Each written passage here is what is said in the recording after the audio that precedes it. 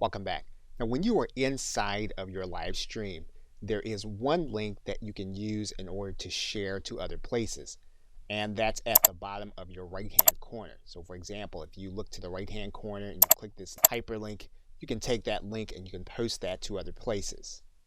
Now, the other link you can share is going to be available to you when you have this setting enabled inside of your live stream, and that is to promote on my channel page when the event is live. That means then that if you're sharing your channel page, the individual will be able to watch your live stream on this page. Now, the link that you're going to share that will be permanent will be your channel link and the word live after it. So for example, in this case, you'll see the channel name and then you'll see the word live after it. And this is where your visitors will be able to come whenever you have a live stream.